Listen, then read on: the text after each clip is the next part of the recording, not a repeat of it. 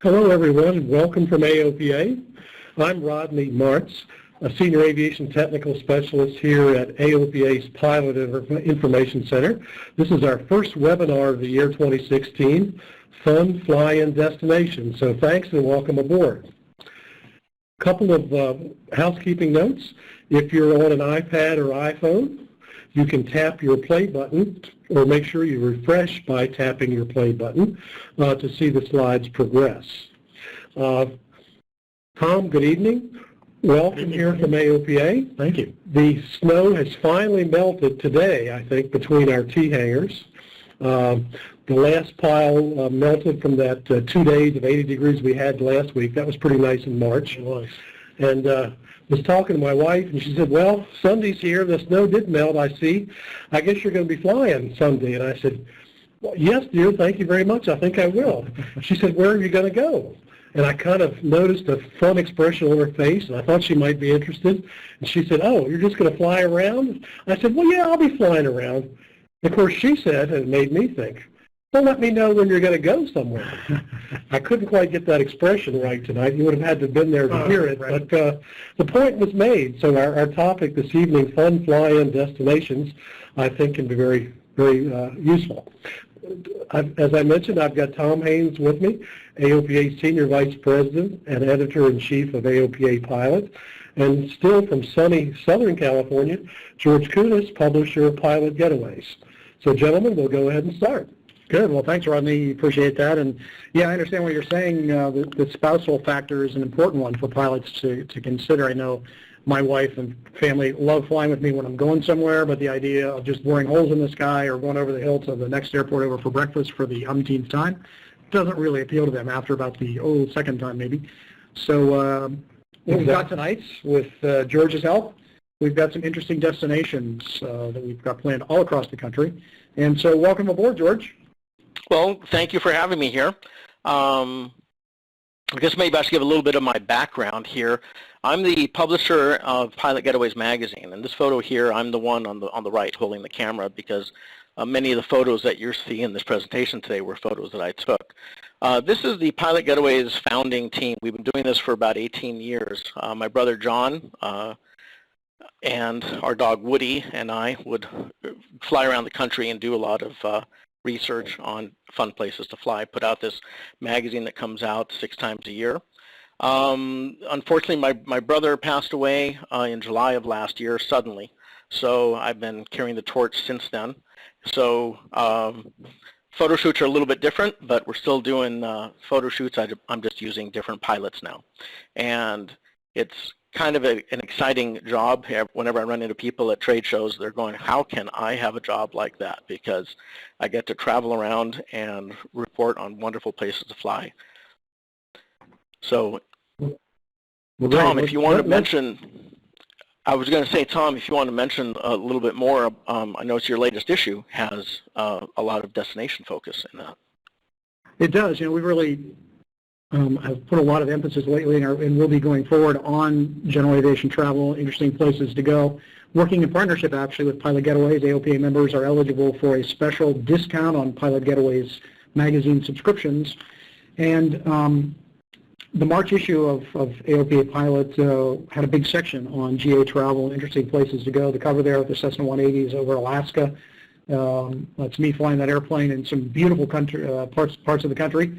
And we've combined all that content from the March issue plus a bunch of content from Pilot Getaways, and we'll be adding to that in the coming months on a special page on AOPA where you can go to aopa.org/destinations and get to this page, which has dozens and growing number of destinations on it, interesting places to fly. So George, you know, you and I are really, I think, blessed in that we've gotten to see a lot of parts of the country from the perspective of general aviation airplanes. I know I've been to all 50 states, but I've flown GA airplanes in 47 states. How about you? Yeah, I'm like you. It's 47 states for me in GA airplane.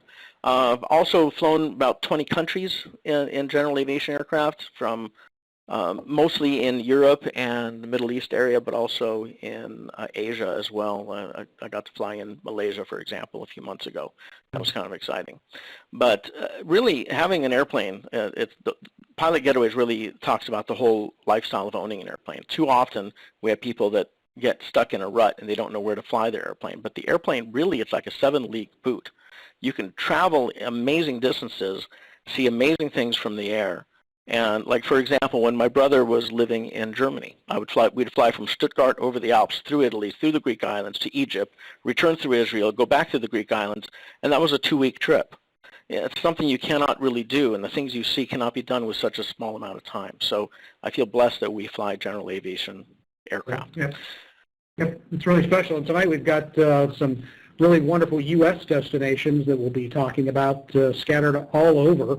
So let's get started. One of my favorites that I was just at actually just a few months ago is in Southern California, just off the coast. Catalina Island is a unique place with, well, lots going on there, and you've been there many times, George. Yeah, well, first of all, I had to, it's so difficult to just limit the fun places to fly around the country in just an hour. So after discussion with you, Tom, I guess we figured what I wanted to do was have things spread around the country, but maybe limit them more to more family-friendly summer-type destinations. And, because literally there are hundreds of destinations we can choose from. So the first one, since I'm from Southern California, from Los Angeles, I couldn't not feature this one. This is like a great getaway that a lot of people go to. They want to fly to airport in the sky. Catalina Airport, the runway, it's only about 20 nautical miles or so off of the coast of California, but the runway itself is 1,600 feet above the water. So when you're in pattern altitude, you're close to 2,000 feet above the water. And the winds can, depending on how windy it is, the winds can be coming up over the runway, which was cleared out between 2 mountain peaks many years ago, and there's a hump in the middle, which kind of freaks people out because even though it is a 3,000-foot runway, about halfway down the runway, they think the runway disappears. But once you go over the hump, it's a little bit okay. It's okay. You got plenty of room left. So there's a bunch of black marks right there at the center where people think they're about to go off the end, and then, got another half the runway to go, which is kind of interesting. That's true. So, but the thing to remember on short final, because there may be winds coming over, and wind will flow up the one side over the runway, then down the other side of the cliff leading to it, is to be prepared with a burst on a short final, because there may be some downdrafts there. But the big reason why a lot of people like to fly here is because you can go here really quickly, and stay right at the airport and have a $100 hamburger. Here they have a buffalo burger. But there's so much more to do if you want to stay a little bit longer. This is the town of Avalon here, and it's about an hour shuttle ride from the airport down to the town.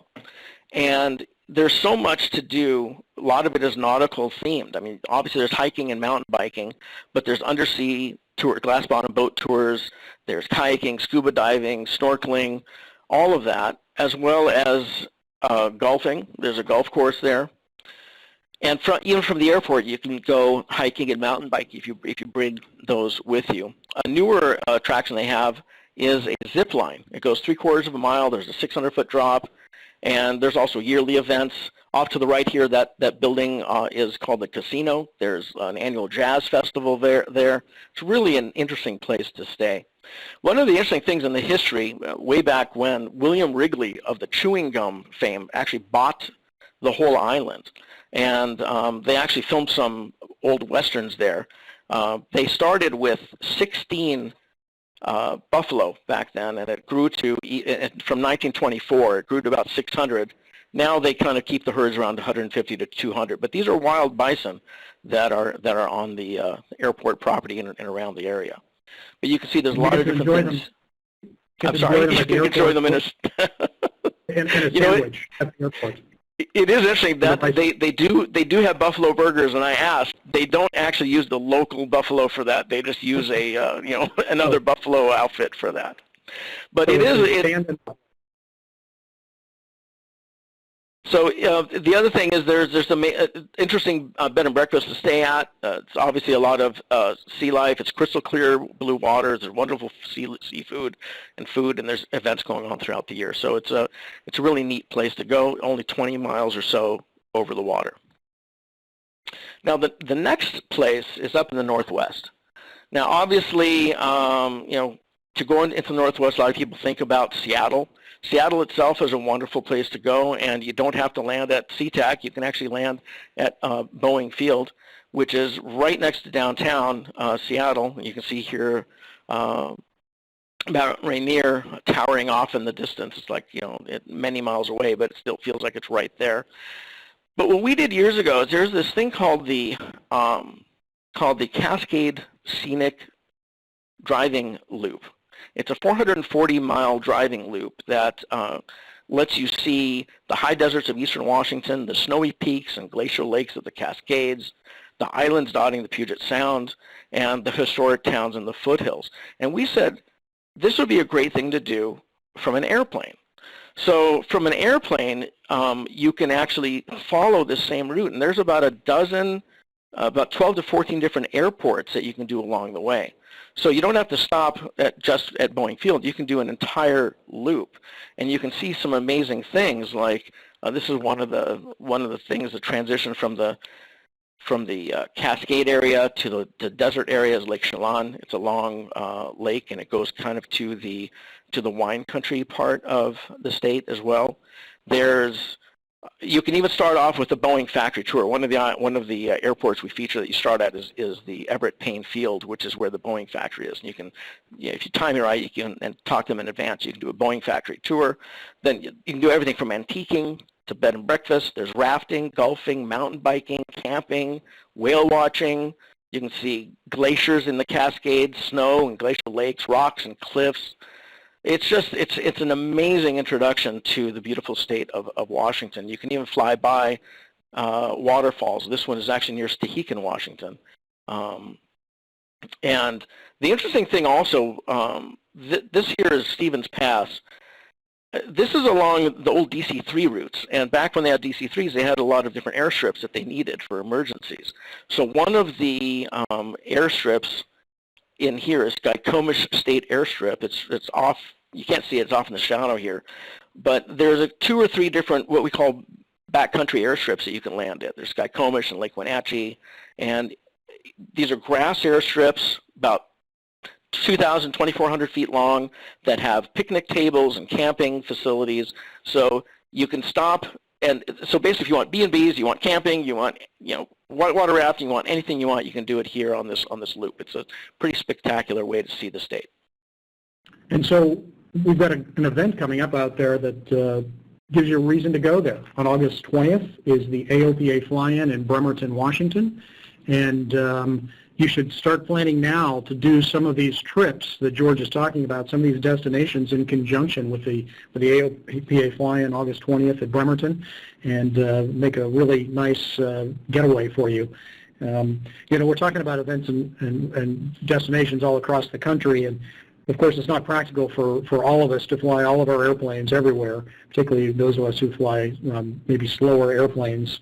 So you might be looking for rental opportunities, and they do exist around the country. Open Airplane is, of course, a program, a company that you might take a look at, openairplane.com, I guess it is. And there you can identify flight schools around the country that have signed up as part of a network. And if you get a checkout at your nearest location in the network, you can rent similar airplanes without a checkout at other locations around the country. So that might be an option for you if you're not, for example, from the Northwest and you still want to take advantage of a trip like this. Meanwhile, some of the places that George just mentioned are somewhat mountainous, and our next destination is definitely a mountainous area, part of Colorado. And so keep in mind that you do need to be paying attention to density, altitude, and what it's like to fly in mountainous areas. If you go to the AOPA website and search for mountain flying, you will come across a great number of resources on our website to help you understand most important issues regarding mountain flying. And of course, there are many individuals in the mountain states, flight instructors who specialize in teaching people how to fly in the mountains. So before you go tackling some of these really mountainous areas, make sure you're familiar with what it takes to fly in the mountains. I can jump in, guys. This is Rodney, and add one thing. We do get a number of calls here in the Pilot Information Center about mountain flying and mountain flying routes throughout the Rockies and crossing the Rockies. So as Tom mentioned, searching under mountain flying, you will actually find specific airway routes for crossing on a northern pattern, central pattern, and southern pattern, both east and west, complete with airways, distances, and MEAs. Even for VFR, obviously, it's those were put in to help you determine the lowest sectors through the area. So we get a number of calls on that, so you might check that out. And I'll throw in one additional housekeeping item here. Feel free to give us questions as we go along. The way we're going to handle that, because we're moving fairly fast with a number of locales, is go ahead with your questions as you think of them, and as you see an airport of interest, we're going to accumulate those questions, and as we get several or a number of questions, we'll definitely have them toward the end of our session in a little bit more in-depth review. So if you think of a question now, jot it down and go ahead and get it into us, and we will be talking about those a little later. Right, and if you missed something that you want to go back to later, remember this is being recorded and will be available. You'll get an email about 10 o'clock Eastern right after we finish this with a link to this recording on our website, so you'll be able to go back and listen to it later. Plus, we're happy to answer questions as best we can as Rodney said toward the end. Meanwhile, in Durango, George. Great. The next destination, as Tom mentioned, is in the mountains. It's Durango, Colorado, and there's a couple of different airports that service this area. One is the big airport, Durango La Plata County Airport, with 9,000-foot runway, and the other one is Animas Air Park with a 5,000-foot runway. But they're both at about around 7,000 feet. So. And the terrain in the area is high. So yes, you do need to pay attention to mountain flying. But the reason you want to come here, one of the big draws is the Durango-Silverton Railroad, which runs between May and October. It is a coal-fired steam locomotive. It's a 3.5-hour trip along the railway from Durango to Silverton, which is up in the mountains. And it's really amazing to be riding on this and hearing the old machinery actually bringing you up to a very high altitude. It's about 9,000 feet is where Silverton is. When you get to Silverton, well, first of all, Durango is a historic western town as well, and Silverton is, as you can see here, is high up in the mountains as well. It was a silver mining town way back when. And so the train goes right up, and the line ends right in the middle of town. You get out, and you can do a lot of different touristy things that are Western themed, from getting your pictures taken like in an old saloon. But there are some historical things there, like the old jailhouse, which is kind of interesting to see. But in addition to this, there are, as I mentioned, it runs from May to October. They also have some winter. They don't go all the way to Silverton, but the train does go maybe about 1/3 or half the length. There's the Polar Express train, which is sort of a Christmas-themed thing, as well as a winter train. In addition to that, there's obviously skiing in the wintertime and snowboarding. There's even heli-skiing. They've got some really good sites, areas for skiing as well. As the longest zip line in the world. In the summertime, there's 27 spans that cross 180 acres, and it's a 1,400-foot ride at the very end. So if you like that sort of thing, which I do, you can go and see that as well. Now, the next place is White Sands, New Mexico. It's serviced by the Alamogordo White Sands Regional Airport, which is a pretty big airport, 7,000-foot runways. There's a 7,000-foot runway and a 3,500-foot runway that is turf. It's in a big military area, though. And if you've heard the name, one of the reasons you may have heard about this is On July 16th, 1945, the first atomic bomb was exploded here at Trinity Test Site. And since then, it's been basically the largest military installation in the country, White Sands Missile Range, that is, and they do a lot of testing of rockets and missiles and supersonic missiles and that sort of thing. In addition to the military background, this whole area, it's just covered in this amazingly white, like ashtray quality of sand. So when you're flying over the area, you swear it's snow, but all that is sand underneath you. And there's sand dunes that go for many, many, many miles. And you could think of it like an adult-sized sandbox, because if you go to the White Sands National Monument, there's all these white dunes that you see families coming in with, with their cars. Excuse me, sorry. They go with their cars, and maybe they'll buy like a little disc at Walmart, and they can slide down these sand dunes and run around. It's a kind of an interesting thing. Because there are other things you can do here as well. If you look at this slide here, this is what they call the Rocket Garden. There's rockets on display at Missile Park. This is in the White Sands Missile Range Museum. And there's missiles that date here from 1945, as well as V-2 rockets. And it's kind of an interesting thing. Anybody that's interested in aerospace, it's interesting to see this, because this, in conjunction with the other museum, which is the New Mexico Museum of Space History, which is like 40 miles away from here. There's an incredible amount of information about how we got into the space program. Like, for example, there was a rocket-propelled sled that propelled Colonel John Stapp in 1954. He went to 0 to 632 miles an hour in 5 seconds. So that was a lot of G-forces on his body. But there's an IMAX theater at that museum as well. So there's a lot to do outside. There's even a high Victorian lodge resort and spa. If you don't like the heat down in the desert, you can go to the mountains, and there's a spa called the Cloudcroft Victorian Lodge Resort and Spa. It's high above the desert heat, and they have spa facilities and other things. So just what you can imagine that you want is here in New Mexico. So that acceleration Moving on, even faster than my Bonanza, I think, right? Yes.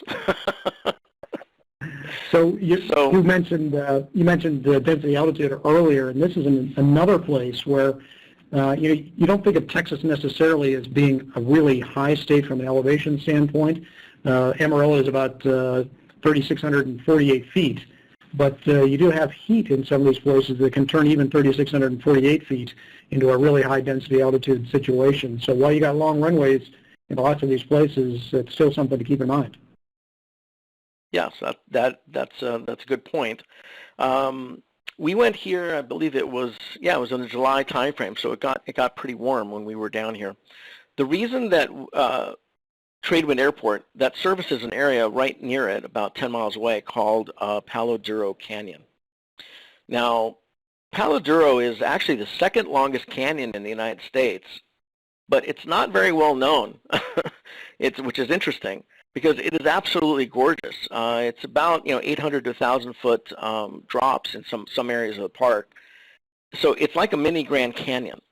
And a lot of people complain, about the Grand Canyon. They're going, wow, the Grand Canyon is so amazing, it's so massive, it's incredibly beautiful. But with all the flight restrictions, you cannot go down to the level of the rim, for example. And that you still can do here in Palo Duro. There's less restrictions there. So aside from the flight seeing opportunities of looking at this amazing, beautiful geologic formation, you can also camp inside the Palo Duro Canyon State Park. So there are obviously tents. You can they have cabins as well.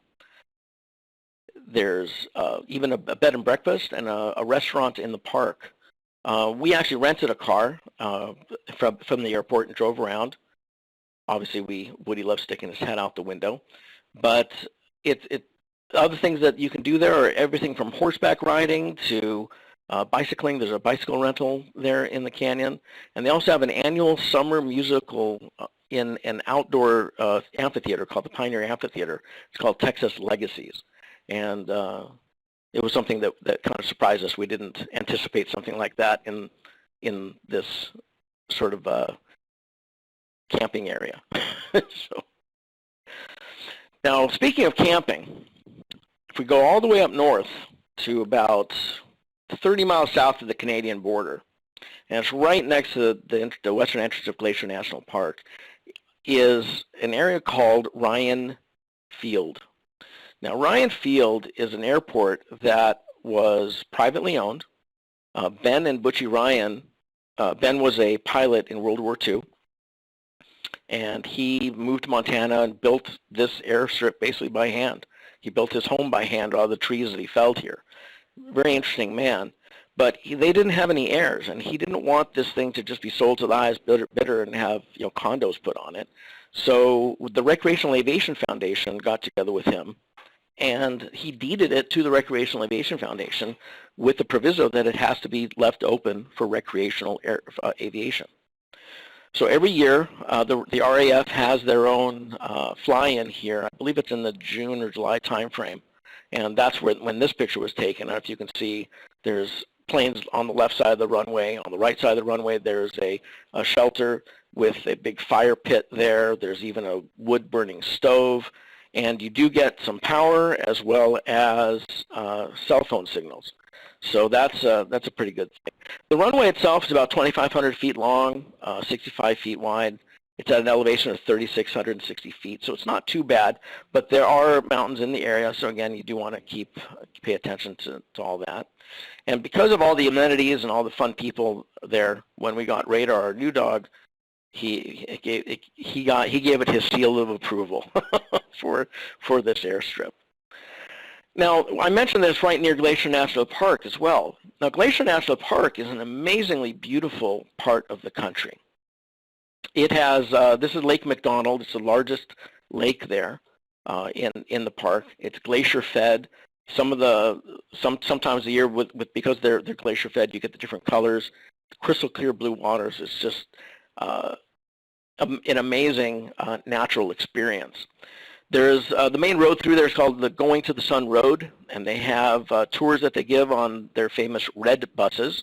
These were big, huge buses that were originally built in the late 1930s, and they've since been restored with modern mechanics and suspension and that sort of thing. But you really feel like you're driving in a really old vehicle, which is open air, and you can just really get a sense for the beauty there.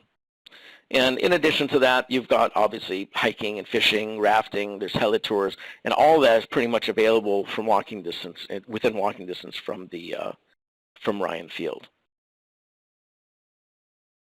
We did so much hiking there, our little puppy, we wore him out, which was good. Now the next stop is down in Arkansas. This is Gaston's Airport. Now, Gaston's is, if you're a fisherman, you'll probably know about this place. It's known for its world record rainbow and brown trout that are caught there on the White River. It's, if you can see here, it's a turf runway, and right next to turf runway are this series of cabins that you can stay in.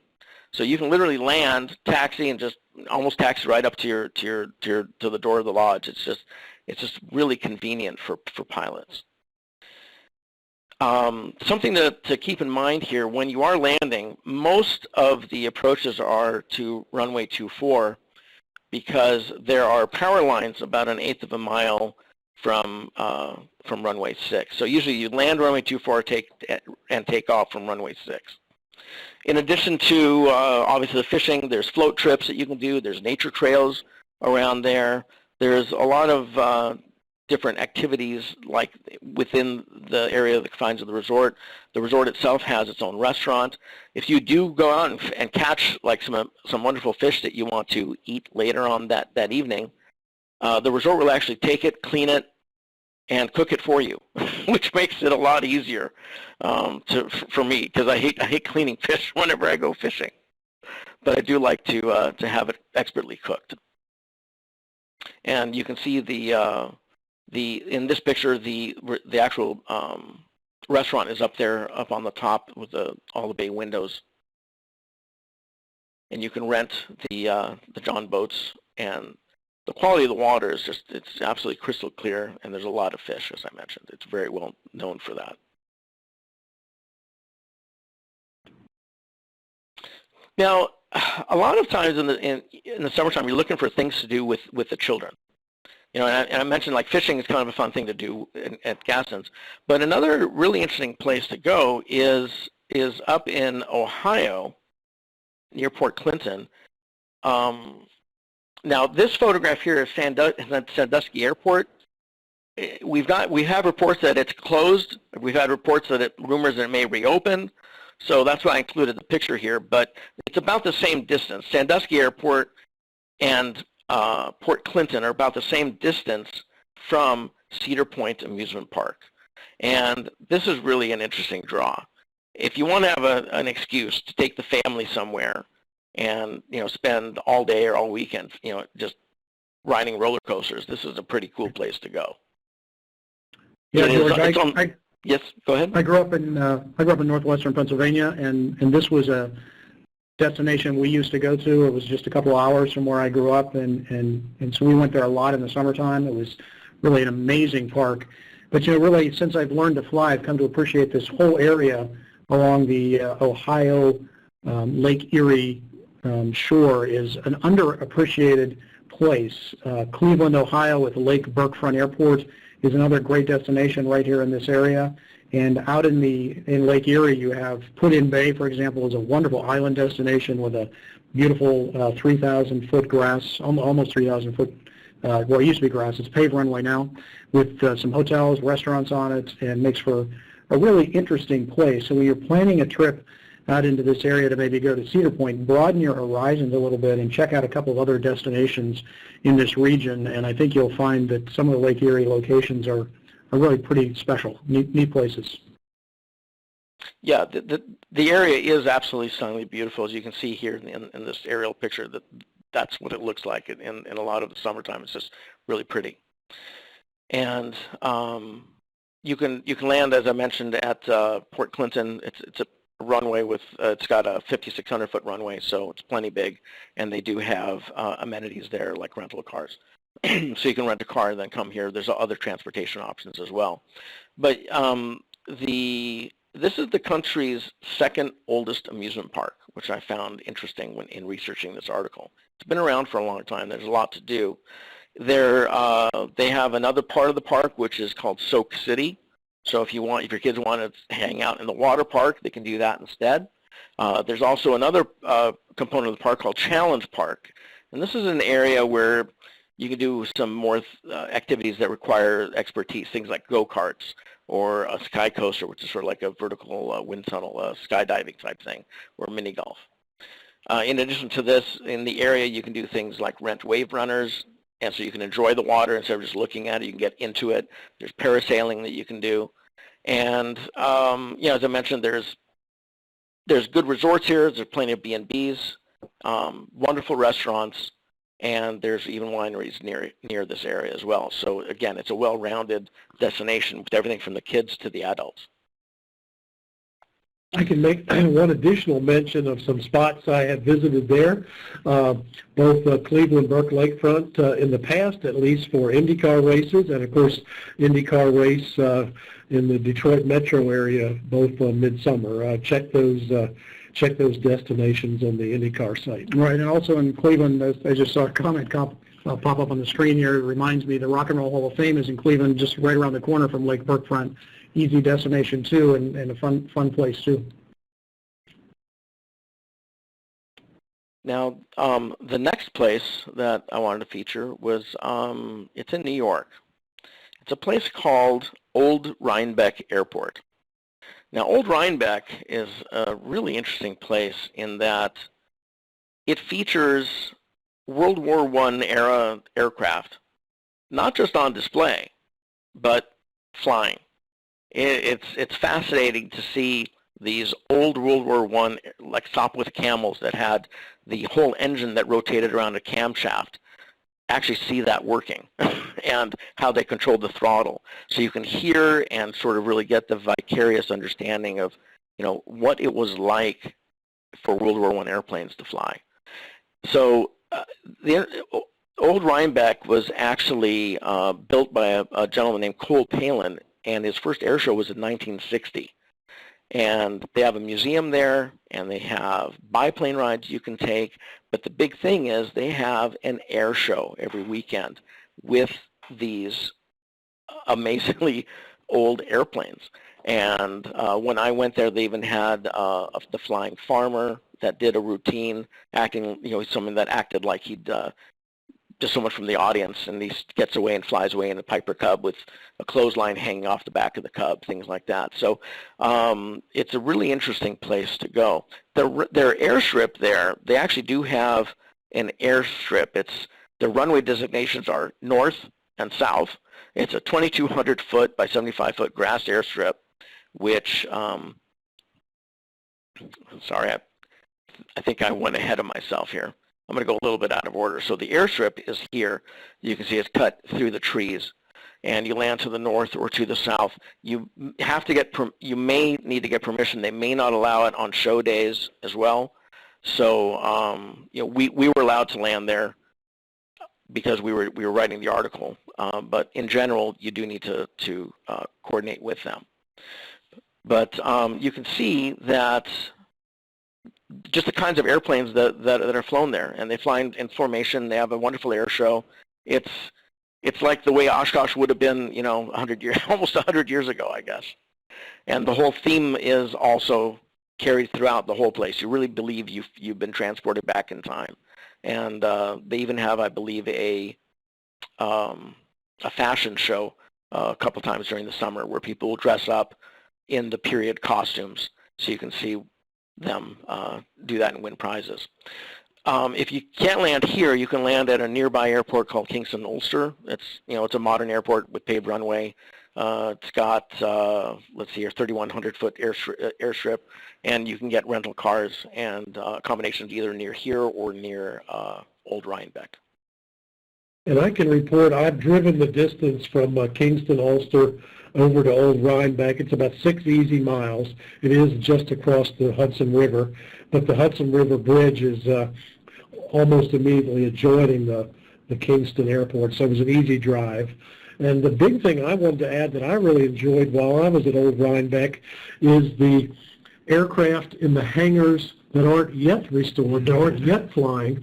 They have 6 100-foot by probably 100-foot by 30-foot Quonset hangars, 6 of them full of honest old planes and old cars that have yet to be restored.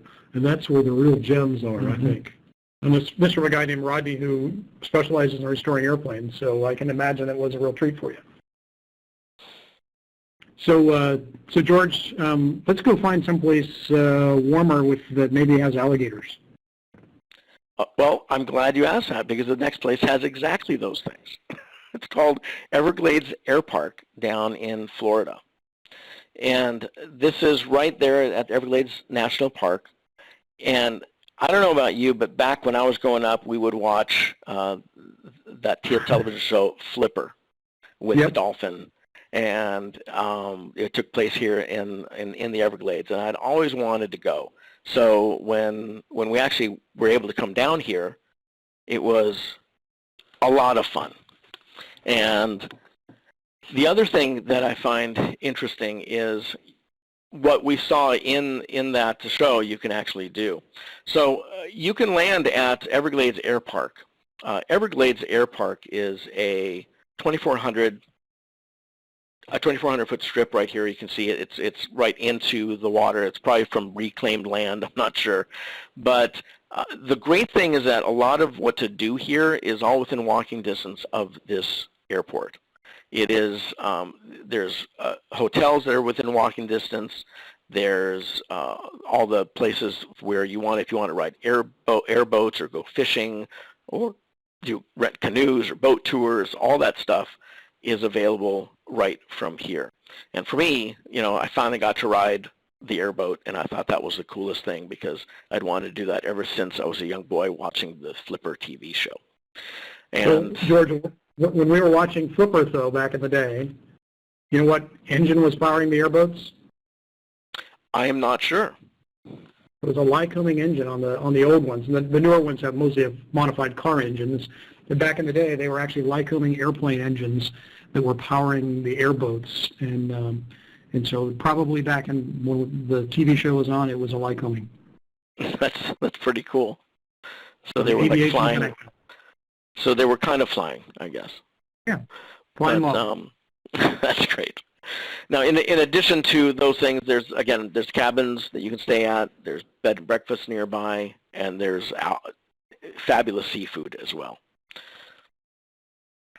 Now, what I wanted to sort of wrap up with is this location here, First Flight Airport in Kill Devil Hills, North Carolina. This is where it all began for us. You know, this is where the Wright brothers flew for the very first time, and it is a really fun place to go, especially if you want to bring family or friends that you know, maybe are slightly interested in aviation. You know, for us, I remember when I went here, when I first landed at First Flight Airport. It's a 3,000-foot runway. You can see the monument here off to the right, and they have. It was like very motivational for me. It was almost like, you know, it's the Mecca for us pilots. You know, I believe every pilot needs to land there at least once. Is that right, Tom? Yeah. I think you had mentioned that as well. I agree, man. That it is emotional, I think, for pilots to land there. And if you see that ramp off just to the right of the runway there, every pilot needs to land on the runway, taxi over there, and position the airplane just so that you can get a picture, a selfie, if you will, with you and next to your airplane with that monument in the background. And that's just a keepsake that every pilot ought to have. You ought to have FFA, the airport down there, in your logbook because it's a unique place. You can land there and actually spend the night. A lot of people don't realize that. You can park there for up to 24 hours. You can park overnight, but again, not more than 24 consecutive hours. And you can do that up to twice a month. You can be there overnight. And George, what a lot of AOPA members don't know is that they actually have an investment in that property because for the 100th anniversary of flight, AOPA funded a pilot shack. There were no restaurant or restroom facilities for pilots down at that end of the park. And so AOPA fixed that with the anniversary. We built a building with modern restrooms in it. It's key code protected for pilots. There's a flight planning room there and really nice facility. So when you go, make sure you stop by the pilot shack and appreciate what it is that your AOPA dues helped pay for the 100th anniversary of flight. It's meant to be a long-standing tribute to pilots there at that really, really unique place. And that's, again, it's a wonderful thing to have that there because you can land there and then spend a lot of time actually. For me, it was amazing to say, wow, the first flight was from here to there. You could walk it.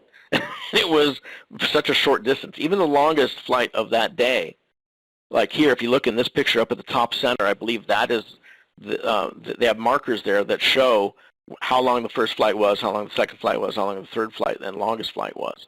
And it's just fascinating that it all began with these little tiny hops. I think the first flight is like less than the wingspan of a 747. So it's just amazing from such humble beginnings, and now we've got this wonderful gift of flight. This image here with the biplane, this particular company doesn't exist anymore, but there are other companies in the area that will do biplane rides for first flight and around the Outer Banks.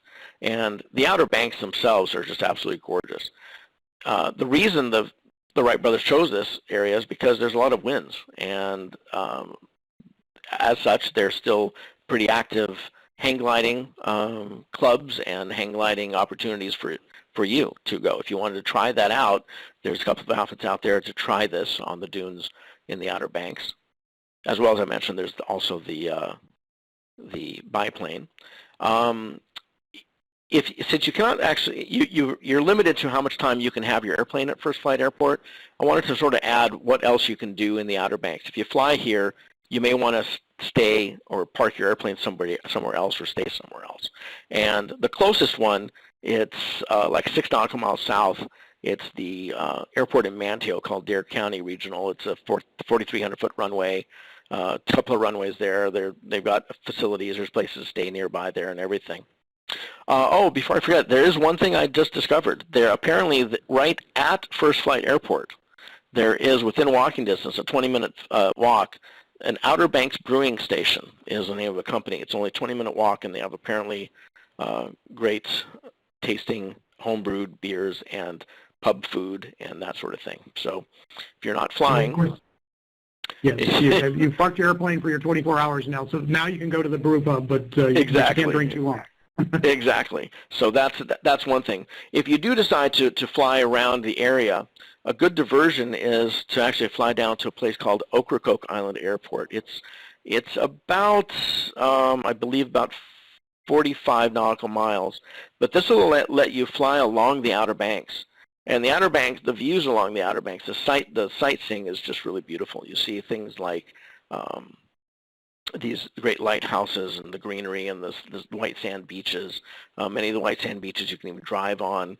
You know, it's just really an interesting, neat place to go in this region. The beaches, again, are very, very nice beaches. The water's really nice in the summertime. My dog, we couldn't get him off the beach, so Woody got his seal of approval here as well. So if you go down the coast to Ocracoke Island, that's it's the southern tip of the barrier islands there. It's got a 3,000-foot runway 624 at Ocracoke. It's right next to the beach. So if you want to land and just walk to the beach, you can do that, or land and walk 20 minutes to Howard's Pub, which is right on the edge of the town of Ocracoke. That's another thing you can do. But they also have shuttle service in addition to that. You know, Howard's Pub is a typical, you know, pub and raw bar. It's got some pretty good food. Other interesting things to do there range from, obviously, the beaches. There's surfing, there's kayaking, there's a famous Ocracoke Lighthouse. There's even an interesting, if you're into World War II history, there's a British cemetery that is really tiny. It's big enough to have 4 people in there. There are 4 British soldiers that were washed up on shore in World War II, and they buried them there on the island. So it's actually British property, a plot there that is owned by Britain. There in the on Ocracoke Island. And every time we would go and do these research, we would goof around and try to be touristy as much as we could be to enjoy everything there. And as we mentioned before, there's the aviation lifestyle is just amazing. You know, the fact that you can fly around and see things and do so many things from your airplane, I wouldn't have it any other way. So if this is a picture that we took of Woody soloing from the left seat of our airplane, the 185. Looks like he's a doggone good pilot too, I gotta say. Yes, he is. Yes, he was. So that sort of brings us to the end here, Tom, if you wanted to mention something. Or yeah, sure. I mean, when you're flying down toward First Flight or Ocracoke, use that as a planning trip for May 20th and May 21, which is the AOPA fly-in at Beaufort, North Carolina. So put that on your schedule, May 20, and plan to come to our fly-in. And on your way to or from that, stop by some of the barrier islands in North Carolina, and particularly First Flight, and put that in your logbook, because as I said earlier, every pilot needs to have that. Meanwhile, come back to AOPA.org/destinations do that regularly, because we're going to be putting content up all the time. A lot more content to come. We've got a bunch up there that was in our March issue, plus some of the Pilot Getaways content. And so check back regularly. Meanwhile, thanks for your help, George. It was great, and we got some questions that we'll be answering here for a couple of minutes. And also don't forget, we are recording this, and the recording will be available later tonight. So you'll get a chance to come back and catch the things you may have missed. So Rodney, what do we got? Well, I can first mention about the Carolinas, Tom, the question we've been getting lately, particularly on the fly-in, we should clarify the names. Like you said correctly, it is Beaufort, North Carolina, it is Beaufort, South Carolina, and yes, they do both have Marine Corps bases nearby. Yeah, but don't mess that up either. That's right. Don't go to the wrong place. Don't go to the wrong place. And don't say it incorrectly to the wrong people because they really take it personally. Exactly right. Well, we've got a number of good questions here. I'm going to try to group these, and you guys can help me think about them and talk about them here. Let me start out broadly, and then we'll go back to some specifics. Okay, broadly.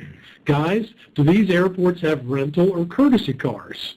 I would say yes, generally they do. From what we know here in Pilot Information Center, AOPA's airport directory online, when you find the particular airport of interest, you can scroll down the page to the businesses or facilities on that airport, and you will get the rental car phone numbers and information directly from that airport page.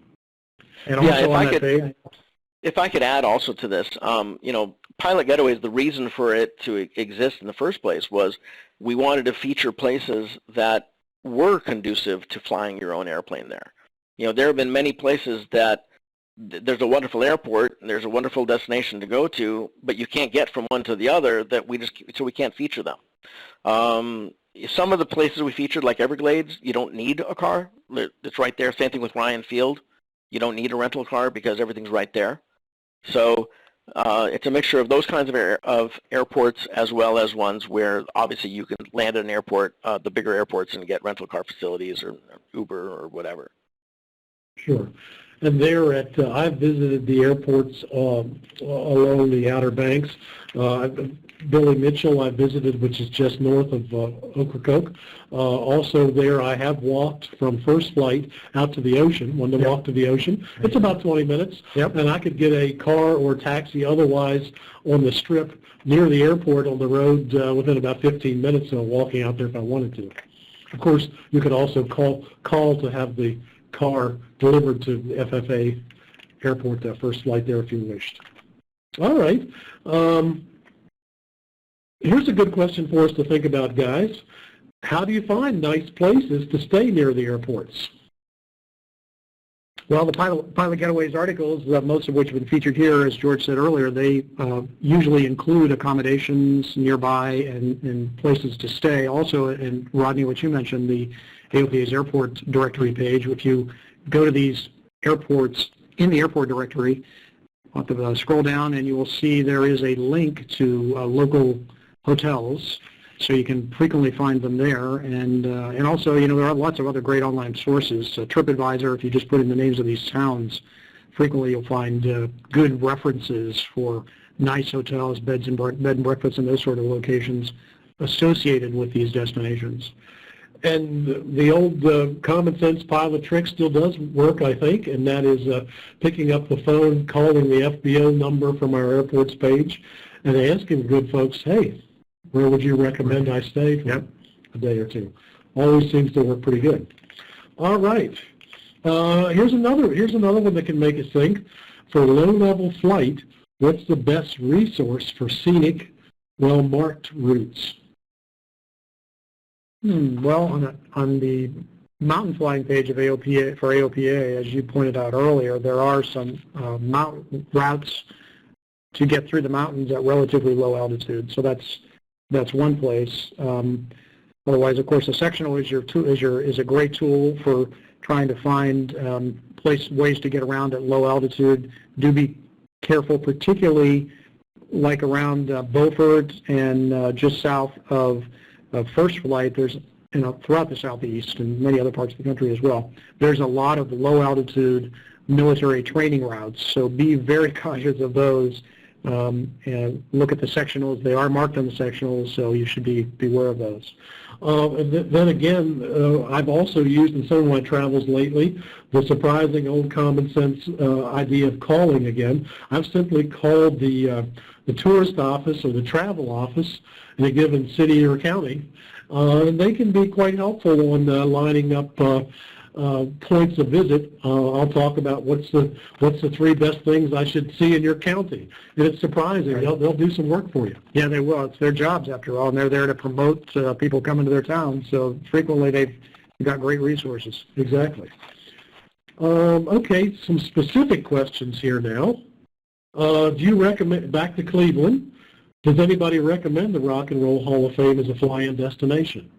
Yes. There we go. You'll have a great time. Tom said without doubt, absolute yes. Another general question. Go ahead, George. If I could add something, can you guys hear me okay? Because my audio is kind of going in and out. Yeah, actually it is breaking up a little bit, but go ahead. Go ahead, George. Maybe we've lost George. Well, the sun hasn't set in Southern California, has it yet? Oh, no, don't tell us that. All right, well, we'll continue. Is there a list of places to fly that are near bicycle paths? We have had that question into AOPA's Pilot Information Center here. I do know several airports in this mid-Atlantic area. I don't know that they're compiled into any one place as far as being available for us aviators. However, again, what I've done is if you pick up the telephone and call the tourist office in the county or the city or the bigger city and ask them that question about their particular area, bicycles are something they do know about. So we have found that you can make a call to the local tourist folks and get an answer. Yep, that's a great resource. All right, we've got a few more good questions. Let me go back to specific. Can I mention something? I don't know if you can hear me okay now. Yeah, we can hear you. You're back, George. Yeah, my audio went kind of wonky for a while. Some of the things that people were talking about, where to stay and bicycle paths and that sort of thing, we try to include a lot of the different activities, especially the things that are available from the airport. And oftentimes there are things like maybe converted railways that are now bicycle paths that lead right by the airport. So there are a lot of those kinds of things that we do list in our articles. I mean, for those that are not familiar with Pilot Getaways, they're sort of broken up into sections. There's the flying there section, a history section of the area, and then there's what to do, where to stay, where to eat, and most importantly for us, transportation options as well. How do you get from point A to point B? Or is there rental cars? Are there is all within walking distance, that sort of thing.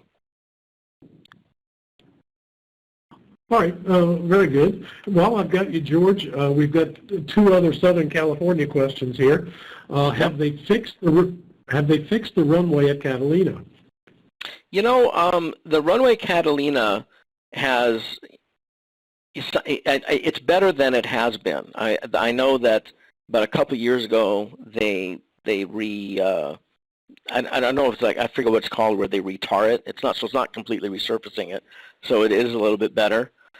And I think there's another question about do you need a raft or life preserver to fly to Catalina? I think that it's a smart thing to do, but keep in mind that it's about 20 nautical miles, but it's 18 at the shortest point over the water. So if you get enough altitude, the gliding of a 172 is about 9-ish miles or so from whatever, if you determine the right altitude. So you can at least go halfway at that altitude and you can glide back either way. And then regarding Catalina, the runway service, I was there in September, I think it was, so fairly recently, and the runway was in pretty good shape. There wasn't loose surface or anything like it. It was, recently tarred or whatever, and and resurfaced in a way that made it fine. And I can add to the life preservers information here from the Pilot Information Center. Technically, no, you do not need them for Part 91 operations, but as we know, common sense dictates it could be reasonable. So, you're legal without, but you may well choose to have something.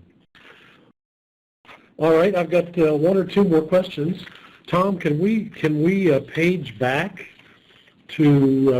a couple until we see? I guess, can we go back to the very first slide? Sure. Can we go back to the very first slide and forward 1 or 2? We're going to find the cockpit view. Oh, that one. Yes. Okay, there we go. Okay, here's our favorite question. Okay, and where you Several members want to ask George about the headsets for Woody. Were those homemade? We've seen some available for purchase, but those look particularly useful and particularly well fitted, I think. Yeah, well, what's interesting is, yes, these are homemade. I made these, my first version I probably made in the year 2001. And what they are is they're rollerblading knee pads. I've taken 2 of them. And because dogs' heads, their ears are at like 10 o'clock and 2 o'clock, not at 9 and 3, I had to shorten the top part of the straps. So I basically strapped 2 of them together, and I made some custom foam inserts. There's 2 different kinds of foam. There's like the memory foam, the pink memory foam, so it will adjust to Woody's head.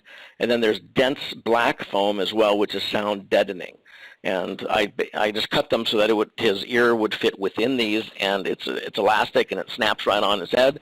And we would give him treats not in the airplane, so he got accustomed to them being on.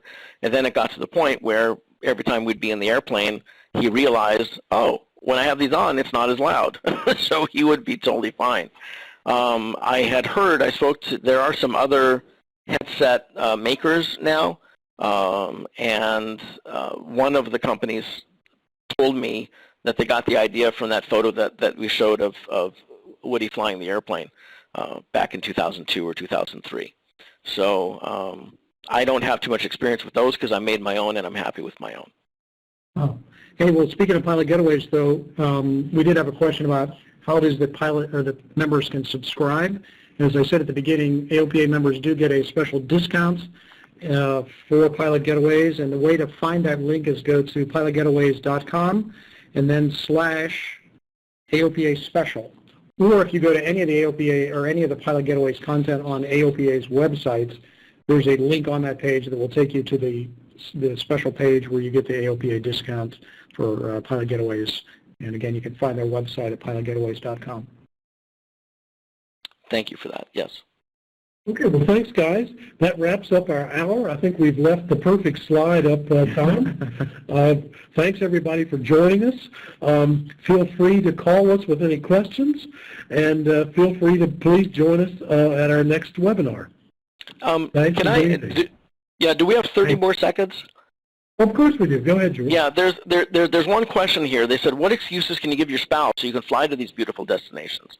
And quite honestly, one of the first things that happened when we started the magazine was we were getting letters from the spouses of pilots saying, thank God for this magazine because now I can enjoy airplanes with my husband and I don't have to go and suffer through all the hangar talk down at the airport. We can actually go and do something.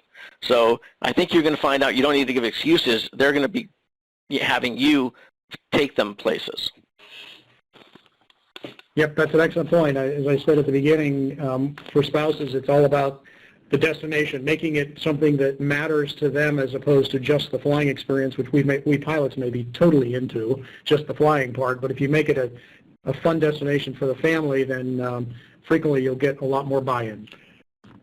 Pretty interesting, guys. We didn't coordinate our thoughts on that at all, but that's what each of us first and in the end mentioned. It's pretty interesting. So very positive. Thanks, guys.